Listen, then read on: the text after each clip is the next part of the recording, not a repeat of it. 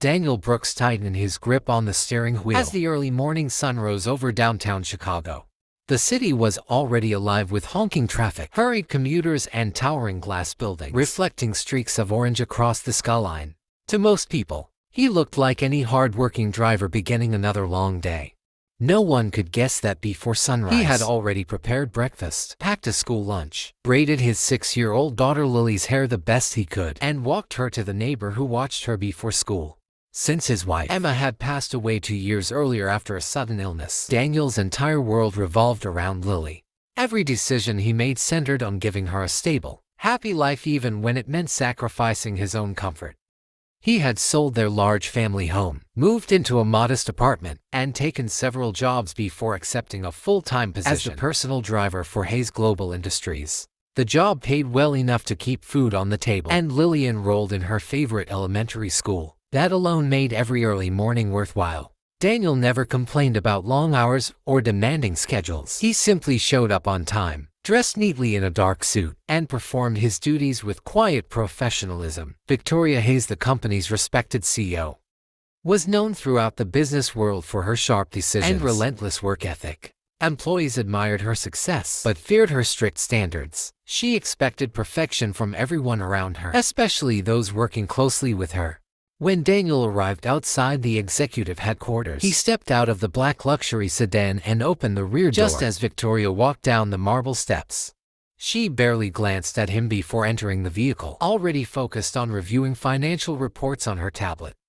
"Good morning, Miss Hayes," Daniel said politely. She nodded without looking up. "Board meeting at 9, we can't be late." "Understood." The drive remained quiet, except for the occasional phone call Victoria answered with confidence and precision.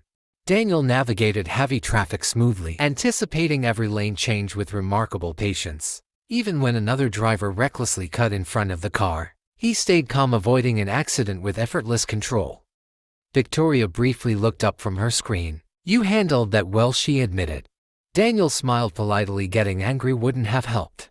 His simple reply lingered in her thoughts longer than she expected. Throughout the day, Daniel waited outside meetings, delivered documents when requested, and treated every employee, from security guards to senior executives, with equal respect. Many workers appreciated his kindness, though few knew anything about his personal life. During lunch, Daniel quietly sat alone in the driver's lounge, checking a photo Lily's teacher had sent of her, smiling proudly beside a classroom art project. His tired face softened instantly. He whispered, "I'm proud of you too, sweetheart," before slipping the phone back into his pocket and returning to work. No one in Hayes Global Industries suspected that the single father, opening doors and driving executives across Chicago, carried a secret capable of changing every life inside the company.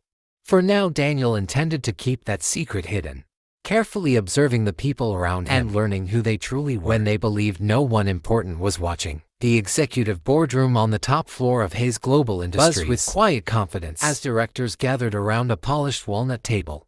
Quarterly profits had exceeded expectations, and everyone expected another routine meeting led by CEO Victoria Hayes.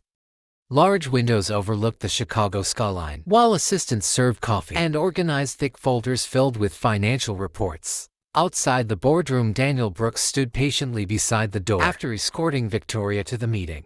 Like every other day, he expected to wait until she finished. He straightened his tie and checked the time on his watch before stepping aside and noticed by the executives walking past him.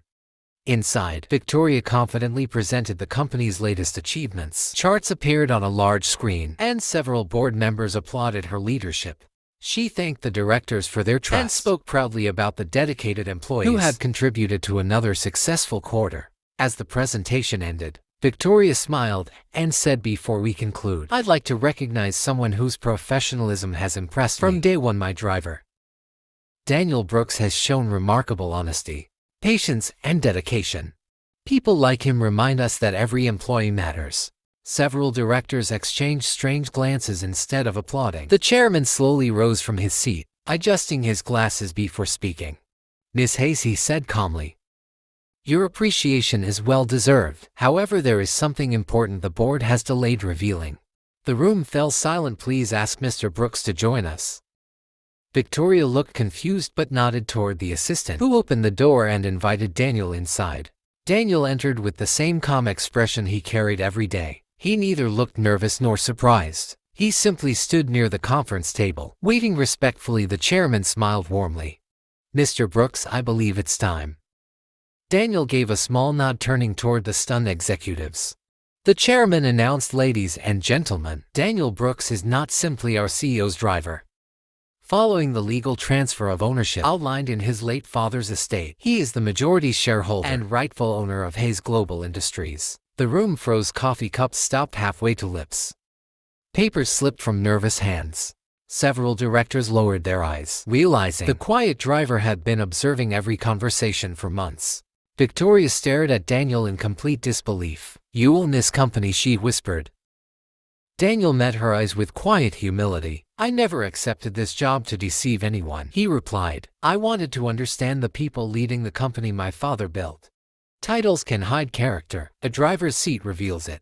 Silence lingered before Daniel continued. "I've seen kindness from some, arrogance from others, and integrity where a few expected it.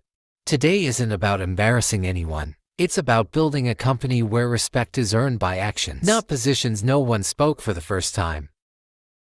Every executive understood that the man they had overlooked each morning had been the most powerful person in the building all along. The atmosphere in the boardroom had changed forever, and so had the future of Hayes Global Industries.